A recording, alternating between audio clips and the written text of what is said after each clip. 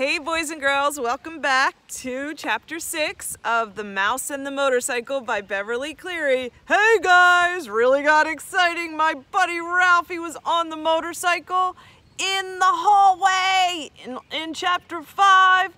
It was amazing. He had the best time. He actually saw his aunt. He was so proud of himself. And then he got locked out of the room.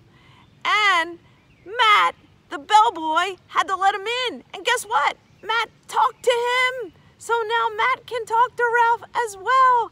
It's amazing. So it gets a little worse. Ralph gets in the room. Matt lets him in. And lo and behold, Keith's mother sees him riding the motorcycle. Keith has to get him from underneath the bed. The mouse runs up Keith's sleeve and hides there. It was too much. It was very exciting. Ralph had the most fun and the most terrifying night of his life. All right, chapter 6 coming up. A peanut butter sandwich. I told you to be careful, scolded Keith when his parents had gone to dress and Ralph had crawled down his arm into his hand. It wasn't my fault the door blew shut. Ralph jumped from the hand to the bedspread. Though Keith was a friendly boy, even a generous one, Ralph still did not like the feel of skin against his paws. It must be terrible to go through life without fur and such a nuisance having to wear clothes that had to be washed and drip dried. Ralph knew all about drip drying. Many were the drops of water from shirts and slips that he had dodged going in and out of his mouse hole. This book was written a long time ago, probably before this place had a lot of dryers, so people would rinse their clothes and just hang them up to dry. You didn't have to stay out so long, Keith pointed out as he began to dress. What is the use of having a motorcycle if you can't go tearing around and staying out late? Ralph asked reasonably. You don't have a motorcycle, said Keith. I just let you use mine. And you better be careful. I like that motorcycle and I don't want anything to happen to it. What do you think about that, Ray? Well, you know, I think he's sharing his motorcycle and he has a right to be protective of it. Yeah, I agree. I think Keith's being reasonable, asking Ralph to be very careful. I'll take care of it, promised Ralph, somewhat chastened. That means you've been corrected and you kind of know you were wrong. Chastened. I don't want anything to happen to it either. It's going to be harder to get a chance to ride it now that my mother has seen you, said Keith. She's a terribly good housekeeper and she's sure to complain to the management. Speaking of breakfast, you people are too tidy, complained Ralph. I'm not getting enough to eat around here. You don't leave any crumbs. I never thought of it, said Keith. What would you like to eat? Ralph was astounded. This was the first time in his life anyone had asked him what he would like to eat. It had always been a question of what he could get his paws on. You mean I have a choice? He asked incredulously. Sure, said the boy. All I have to do is order it when we go down to breakfast and then bring you some. Ralph had to take time to think. After a diet of Zwieback and graham crackers provided by little children. I'm pretty sure this Zwieback is kind of the crackers they give young toddlers when they're teething. They don't have a lot of sugar or a lot of flavor. Anyway, it says, after a diet of these and graham crackers provided by little children, bits of candy and occasional peanut or apple core left by medium-sized children, or a crust of toast and a dab of jam left by an adult who had ordered breakfast, sent up from room service. The possibilities of choosing his own meal were almost too much. I can understand that. You know, before I was, friends with you and, other humans, I had to scrap for food. So I get it. He's probably so excited to order his first meal. I'm happy for the guy. I know what I'd like, Ralph said at last, but I don't know what you call it. Once, some people who said they were almost out of money stayed in these rooms. They had 4 children, all of them hungry, and they couldn't afford to go to the dining room, so they got some bread and spread it with something brown out of a jar and put some more bread on top of that. They whispered all the time they were eating because they didn't want the maid or bellboy to know they were having a meal in their room. Afterwards, they all got down on their hands and knees and picked up every single crumb on the carpet so no one would guess they had eaten in their rooms. It was a great disappointment. It smelled so good, like peanuts, only better. Peanut butter! I bet it's peanut butter! The boy laughed. It was peanut butter sandwich. Sure, I'll bring you a peanut butter sandwich, or part of one. I'll eat part of it myself. It'll be kind of a funny breakfast, and I won't mind that. Where will you leave it? Asked Ralph. Keith thought a minute. Where do you live? He asked. In the knothole under the window. No kidding, Keith laughed. That's the hole I poked my finger into last night. I'll say you did, said Ralph. Scared me out of a year's growth. Nobody has ever guessed it's a mouse hole because it's a knothole instead of a chewed hole. Knotholes occur naturally in wood. They're little round holes. I'll tell you what, said Keith. I'll bring up part of the peanut butter sandwich and poke it through the knothole. Just like room service. Ralph could not have been more pleased with the suggestion. What about the motorcycle? He asked. Where are you going to leave that? In my suitcase, I guess. Ah, come on, pleaded Ralph. Have a heart. Leave it someplace where I can get it while you're out during the day. You're supposed to be in your mouse hole asleep, not riding around in daylight where people can see you. Well, gee whiz, can't a fella even look at it? Asked Ralph. I bet you like to look at big motorcycles yourself. Yes, I do, admitted the boy. Well, I'll leave it back under the bed like I said, but you promise not to ride it until after dark? Scout's honor. There's that Scout's honor again.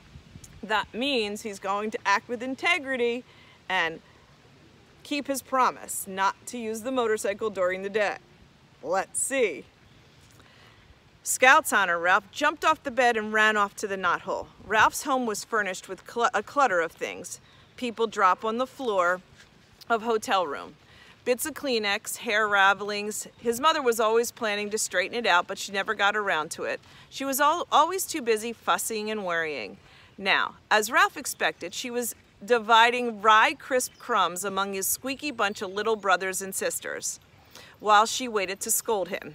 Ralph, if I have told you once, I have told you 1,000 times, she began.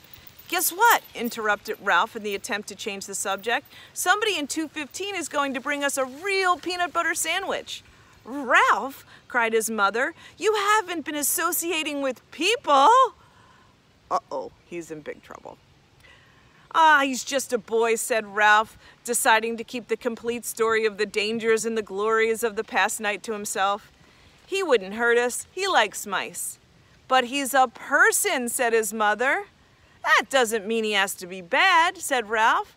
Just like Pop used to say, people shouldn't say all mice are timid just because some mice are, or that all mice play when the cat's away just because some do. Just the same, Ralph, said his mother, I do wish you would be more careful whom you associate with. I am so afraid you'll fall in with the wrong sort of friends.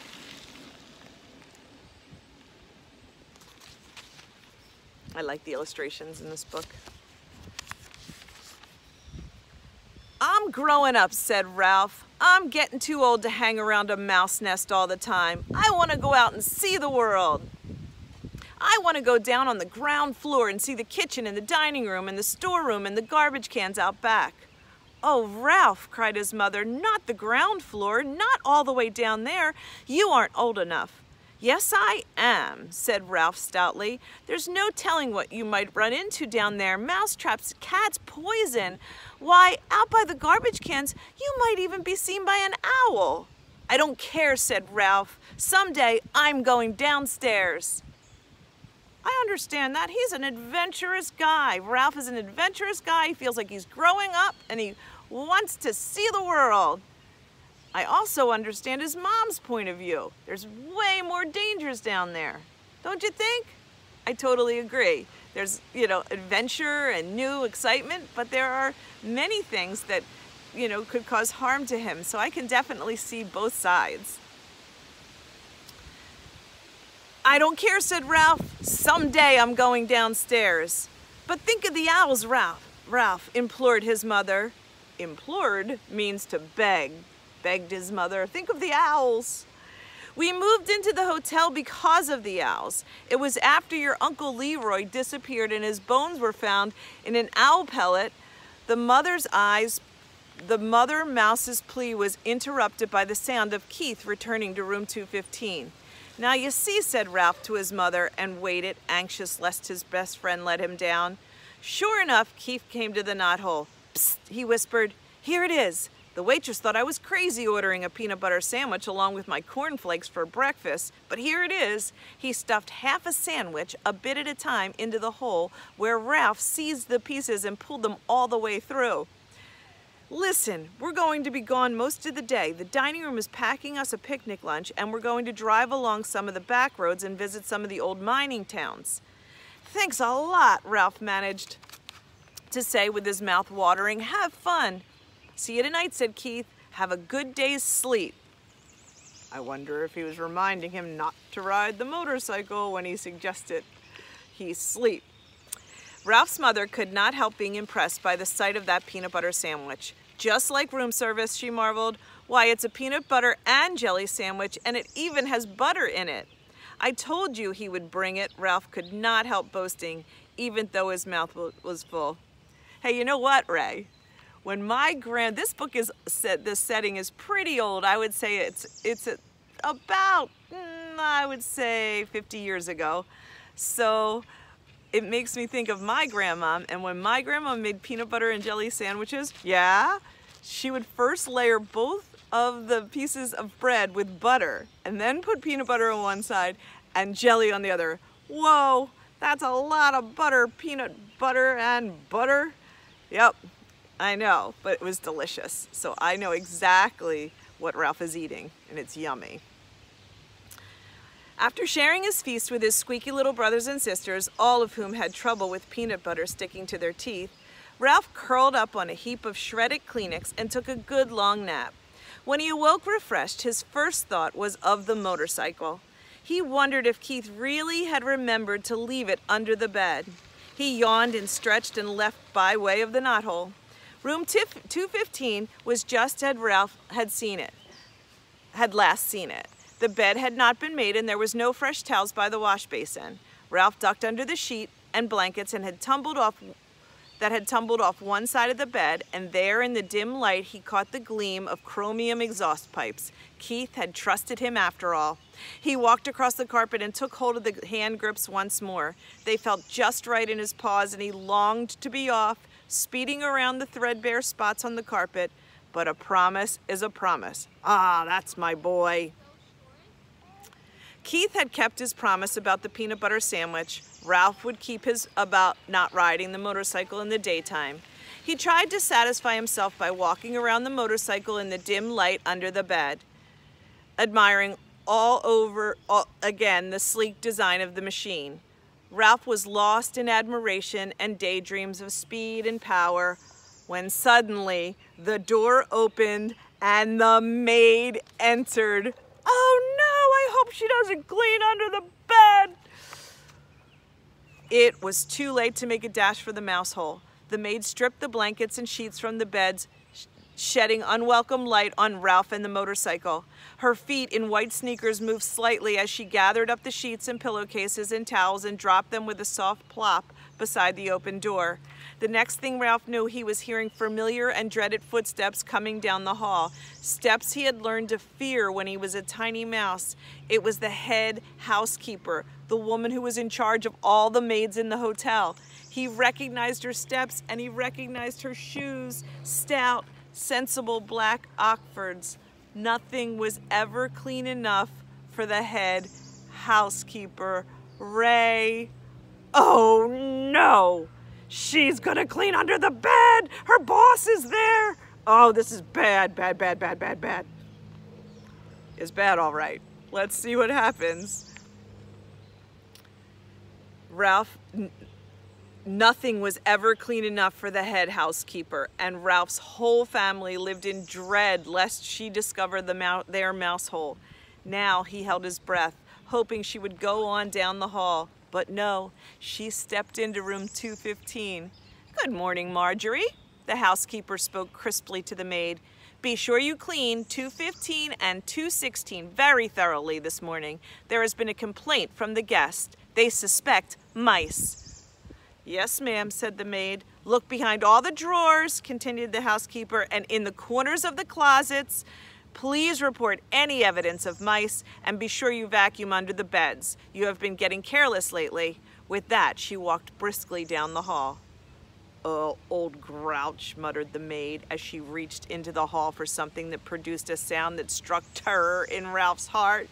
It's the vacuum cleaner! It was the clang of the vacuum cleaner, attachments banging together. Oh boy, this is a cliffhanger.